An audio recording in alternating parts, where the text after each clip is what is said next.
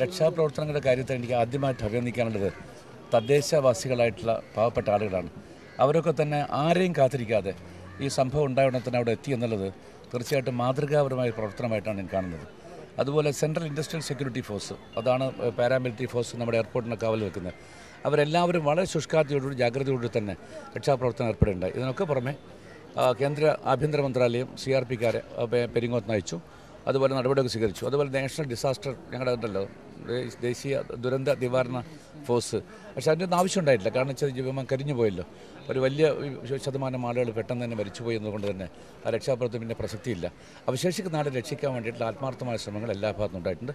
ഞാൻ വീണ്ടും ഈ നാട്ടിലെ ജനങ്ങളെയാണ് അഭിനന്ദിക്കാൻ ആഗ്രഹിക്കുന്നത്. വളരെ വളരെ മാതൃകാപരമായ പ്രവർത്തനമാണ് അവർ കാഴ്ചവെച്ചത്. കൂടുതൽ മലയാളി